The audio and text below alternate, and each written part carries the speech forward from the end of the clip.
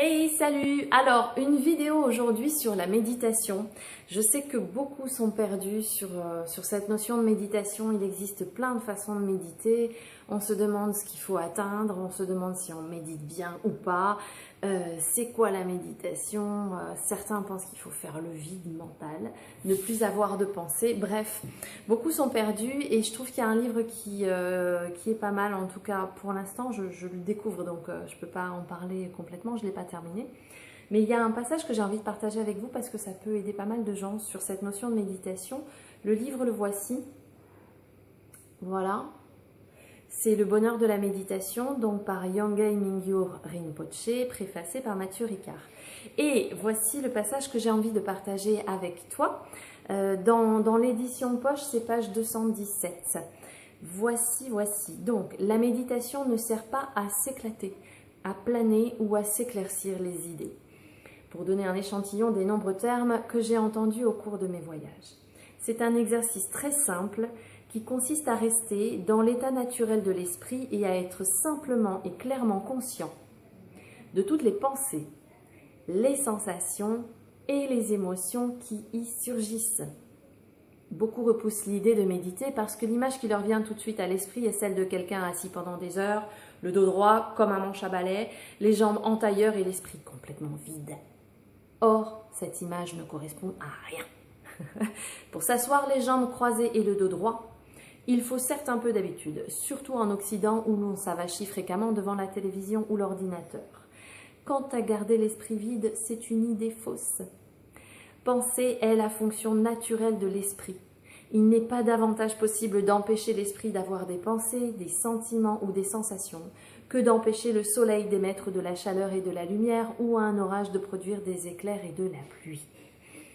Quand j'ai commencé à apprendre la méditation, on m'a dit que si j'essayais de supprimer la fonction naturelle de mon esprit, ce serait au mieux une solution temporaire, qu'au pire, en essayant de chasser délibérément mes pensées, je ne ferais que renforcer ma tendance naturelle à m'attacher à ces dernières, comme existant en soi. L'esprit est sans cesse en mouvement. Il engendre continuellement des pensées, comme l'océan produit des vagues, et on ne peut pas plus arrêter les pensées que les vagues de l'océan. Laisser l'esprit reposer dans son état naturel n'a rien à voir avec le fait de mettre un terme aux pensées. La méditation bouddhiste n'a absolument pas pour but de rendre l'esprit vide, car il est impossible de méditer sans penser. Si vous parvenez à stopper vos pensées, ce n'est pas de la méditation. C'est une déviation de celle-ci vers un état proche de celui des zombies. Par ailleurs, vous constaterez peut-être que dès que vous observez une pensée, celle-ci s'évanouit comme un poisson qui plonge soudainement dans les eaux profondes. C'est une bonne chose. Tant que vous maintenez un état d'attention et de conscience nue, même si les pensées vous échappent, vous faites l'expérience de la clarté spontanée et de la vacuité de votre esprit dans son état naturel. Le véritable but de la méditation est de demeurer dans la conscience nue, quoi qu'il se passe, ou ne se passe pas dans l'esprit. Peu importe ce qui émerge en vous, restez simplement ouvert et présent à ce phénomène et laissez-le disparaître de lui-même.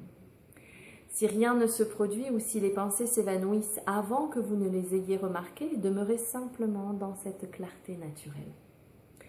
Comment pourrait-on trouver exercice plus simple? Un autre point à considérer. Nous sommes attachés à l'idée que certaines expériences sont meilleures, plus appropriées ou plus profitables que d'autres. Mais en réalité, il n'y a aucune pensée bonne ou mauvaise. Il n'y a que des pensées.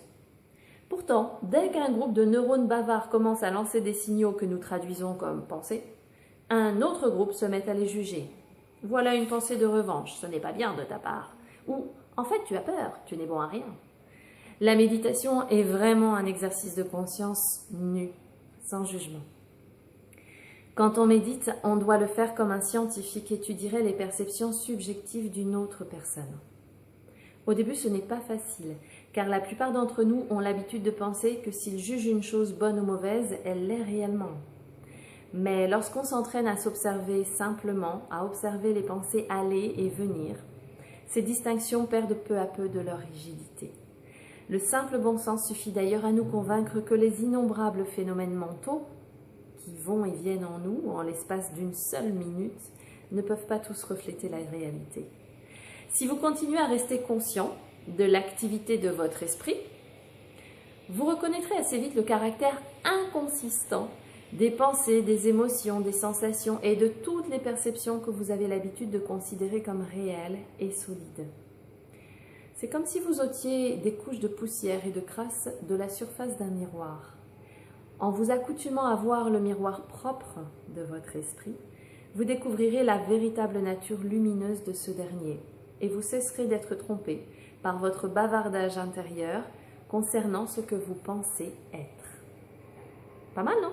Bon, j'espère que ça t'aidera pour toi si tu fais de la méditation. Je te souhaite une excellente journée avec tout mon amour.